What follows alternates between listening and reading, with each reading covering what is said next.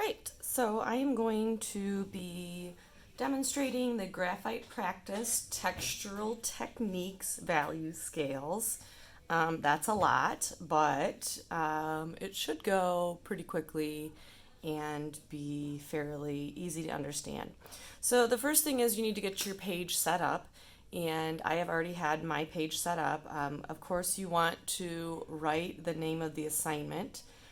For this particular assignment, it is going to be 4.2. That's the number in Canvas, but the title, Graphite Practice Textural Techniques. The next thing you're going to want is you are going to want this definition right here of textural shading. So textural shading is when you are able to see the mark of the pencil. And actually that could be pen or marker also. And then you are going to set up 4 kind of long triangles. The first one here is hatching. This is going to be a flat value scale. So use your ruler. Make 1-inch boxes. You need 6 of them. 1, 2, 3, 4, 5, 6. We're going to have very light on one side, very dark on the other. Then you're going to have another set of 6 1-inch boxes. This will be for cross hatching. Then we're going to have one for scumbling. And then your last box is not going to have any divisions in it to separate them. It is going to be one long box. It will be a transition where you use the technique of your choice. So take a minute, pause this video, and get that set up. First thing you need, definition, and then these 4 spaces for the different activities. All right, so you have everything set up and you are ready to start shading. So it is up to you which side you want to be dark and which one you want to be light, but whatever that is, go ahead and label it. I'm going to put dark over here and light over here. Even though it might appear to be white on camera, it is not. It is going to be very light.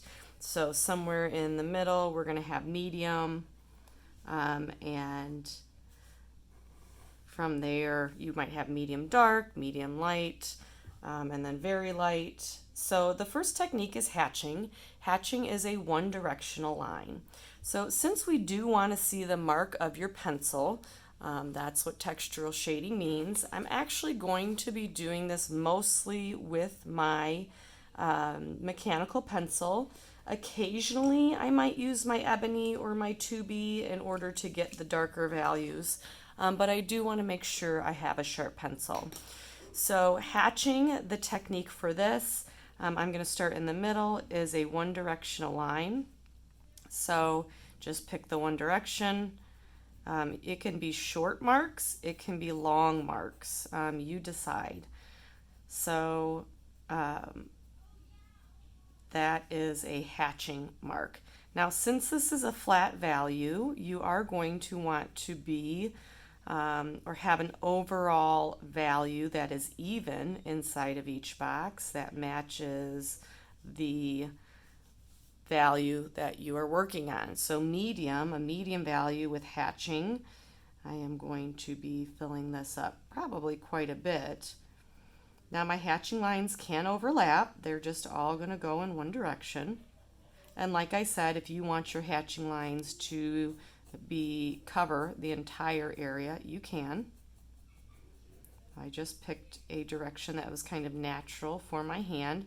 So how do I determine if this is an even value? I'm going to kind of squint my eyes a little bit, and that will blend together the paper with the marks, and it should look overall even when I squint my eyes.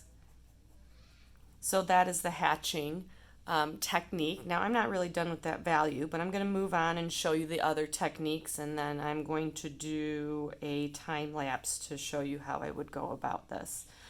Cross hatching is 2 different directions, so I can do it come over the entire space, or I can do lots of short marks that go in many directions. So the cross hatching One thing to keep in mind, of course, is craftsmanship. So I want to make sure that I don't go outside the box, or if I do go outside the box, that I go back and erase it. All right, so as I do this cross hatching, I want to make sure, again, that I am doing overall the same value. So I wouldn't want to all of a sudden over here start to get my lines really far apart, because they are closer together with this flat value.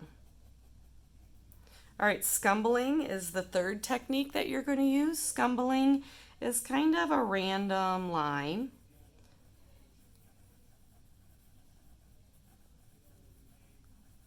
Almost like a scribble line. Again, I do want to stay inside of the box. Scumbling is going to be the fastest one that you do.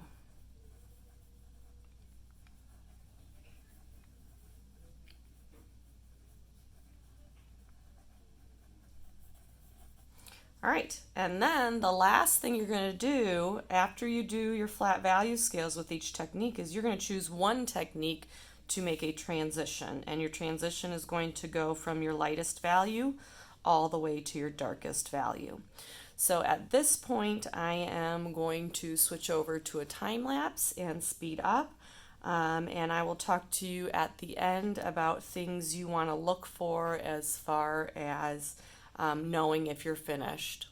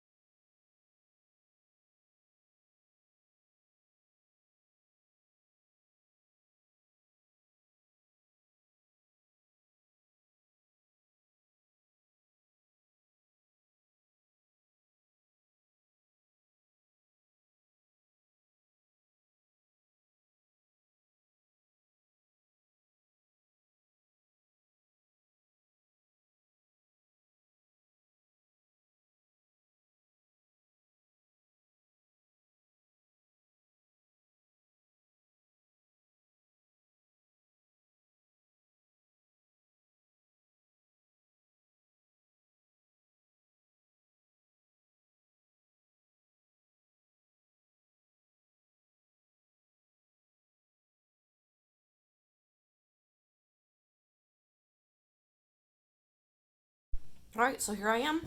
I have kind of come to an end as far as my shading goes. I know the lighting, it looks like my light areas don't have anything in them, but I promise you they do. So before I move on, I'm going to do a couple things. I'm going to check on my craftsmanship. So my craftsmanship is, am I filling that technique all the way up to the edge of the box? I don't want to have a lot of the darker colors spilling over into the light. So I make sure also that I have very distinct values that go evenly, jump, or go lighter, lighter, lighter, lighter, lighter, kind of at the same amount. And then I am going to check up and down. I'm going to check up and down in each row, and I'm going to make sure these are all the same value. So again, I'm going to squint my eyes, and I'm going to kind of notice right here for me that this one is a little lighter than those two. So I'm going to darken it up.